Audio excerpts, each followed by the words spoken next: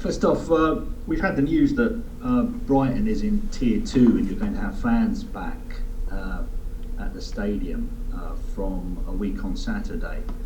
How much of a difference do you think that will make to you and the players? Well, I just think generally it's fantastic news. It's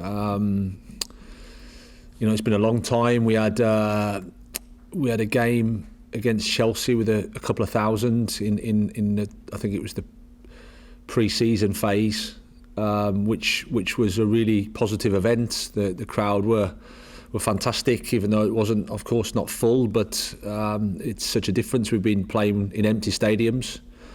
So I think it's really, really good news, and we're looking forward to seeing our fans. Of course, they're the most important people at the club. They're the biggest relationship at a football club is the one between the supporters and the players. So to have them around is just, I think it's amazing for everybody. Great for football.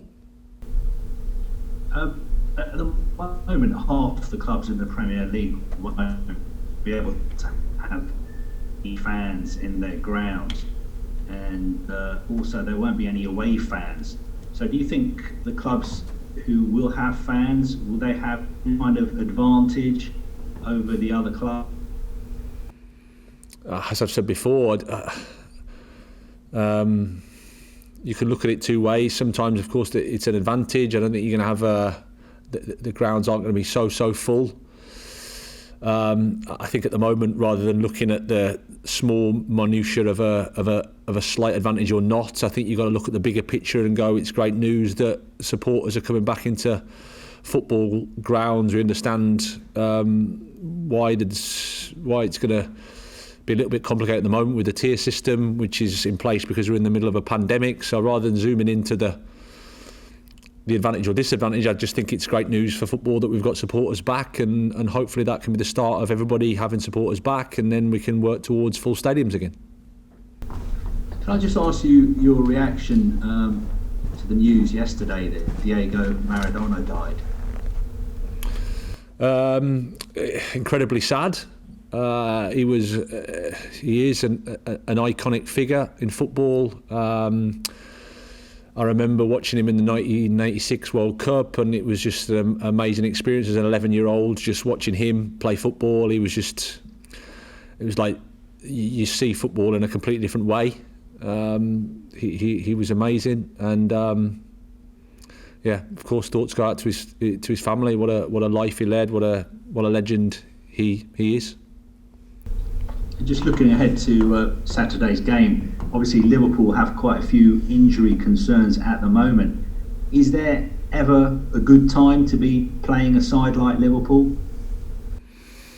Well, there's never a good or bad time. There's just a time to play them, and our time is now, and we have to we have to play well. They've got some problems, of course, but they've also got a lot of solutions, so we say, and world-class players still available for them. So and they'll be looking to bounce back, I guess, from the disappointment last night and build on what I thought was a fantastic performance against Leicester.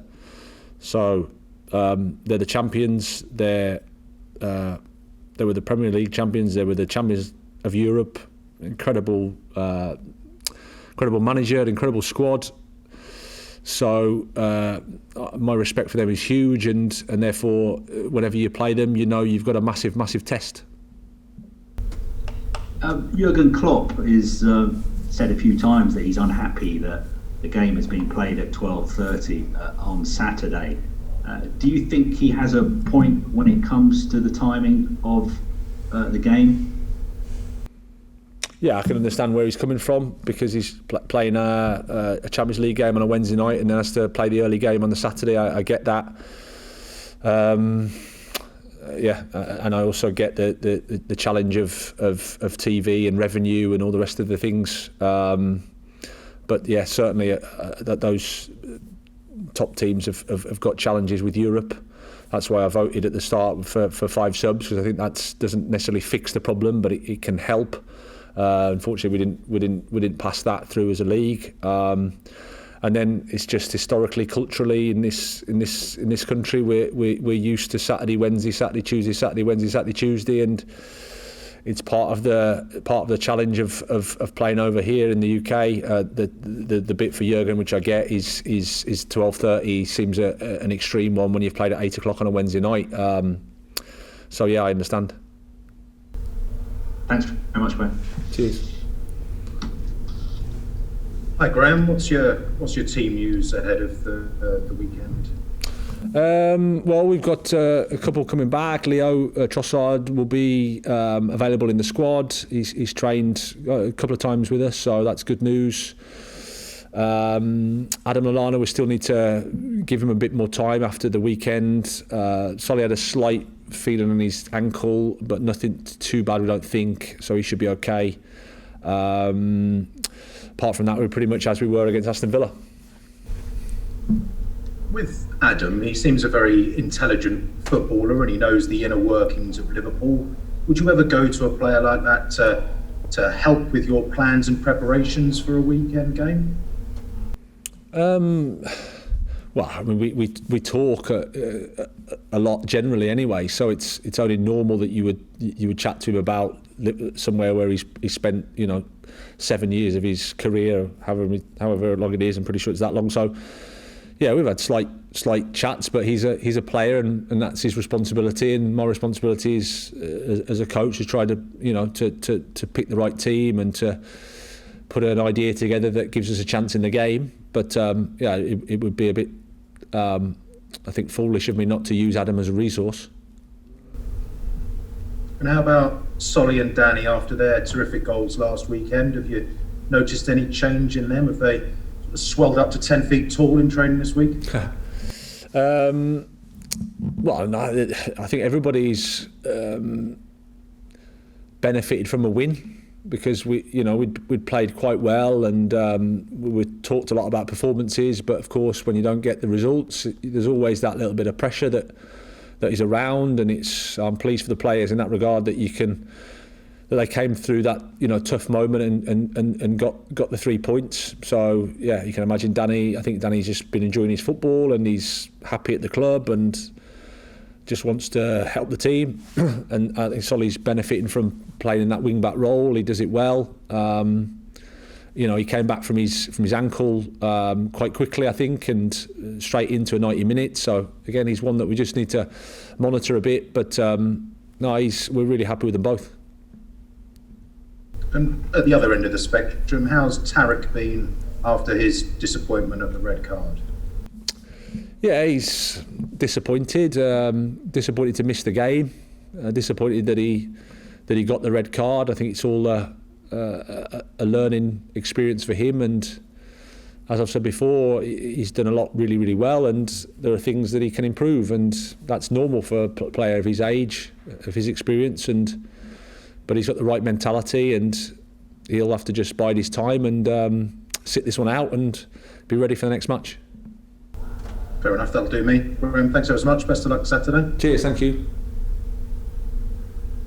Graham, just wanted to ask you about your goalkeeper, Matty Ryan. Maybe got lost slightly in the win, how important he was and his form since he had that break against Tottenham. He pulled up a very crucial save at a very crucial time in the game, didn't he? Yeah, he did. I thought he was really good against Burnley as well. Dynamic with his work, and helped with the clean sheet there. So 2 games, yeah, I think back to I think him enjoying his football a bit more, and that's important for us. So nice for him that he can contribute to a result, contribute to a victory for us, and because again, you can talk about performances, but we know we also need to get results as well. So delighted for him. And in terms of the defence in front of him without Tarek Lamptey, how happy are you with the options you've got? I mean, you've had so many different changes that you've got there. You've got Malumbi, you've got Veltman. You're quite happy with what you've got and the options available? Yeah, absolutely. Like you say, plenty of possibilities. So that's the positive with with I suppose using players in different positions. Obviously, it goes without saying there's not another Tariq waiting in the wings. We have to be honest about that, and therefore that essentially affects how you're attacking to a certain extent, because clearly he was a really important, and his attributes that he brought were important to our attacking game. But we've got other solutions and different solutions with different attributes. So that's part of the thinking we've been doing this week, and looking forward to seeing if the right option is the right option. And just on Liverpool, for the last couple of years, everyone's been talking about the trio up front. There's 4 of them now. What have you made of their new signing, Jota, and the form that he's in? And it's just another one off the rank for them, isn't it? Yeah, no, I think he's settled in really well there. He fits what they're trying to do. Gives them another dimension, allows them to play with the front 4. I think moves maybe Salah up front and Firmino as a 10. That can work. And then you've got probably the best front 4 in world football, arguably. So credit to Liverpool. They've identified someone they think can help and strengthen, and I think he's done that. And they're a formidable attacking unit, that's for sure. Even the team behind them, of course, but those 4 essentially are very dangerous. Lovely, thanks, Graham. Cheers, Johnny.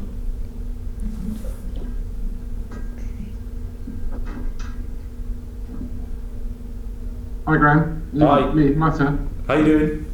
How are you? All right? Yeah, good, thanks.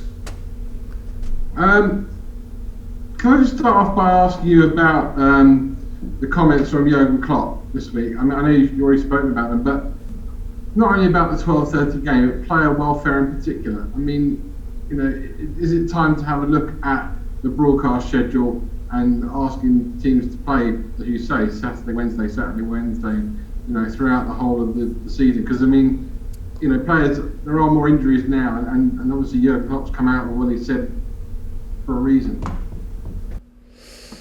Yeah, I mean, like I said, we were asked to vote about how we can not fix the problem, but make the problem a little bit easier.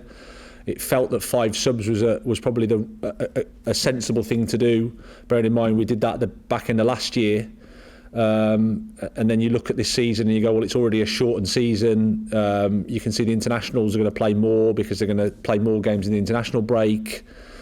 We're going to go into winter, so there's more COVID around, more chance of positive tests, more positive results, so therefore more self-isolation, more, just a bigger push on players. I think the fact that we're in lockdown situations means that from a mental health perspective of the players, certainly if you've got a lot of guys from overseas, then they're not seeing the family. They're here to play football, and that can be quite challenging, of course, if they're not being able to be in the squads. So there's lots of things going on, and that's why I thought that the 5 subs rules was quite a sensible one to alleviate the problem. I think the bigger problem is the fact that that we've all, historically, culturally in this country always played. If you look at the Championship, they're playing Saturday, Wednesday, Saturday, Tuesday, Saturday, Wednesday, Saturday, Tuesday. So it's over Christmas there's a game on Boxing Day, there's a game on the 28th. So just where we are in this country, we just play a lot.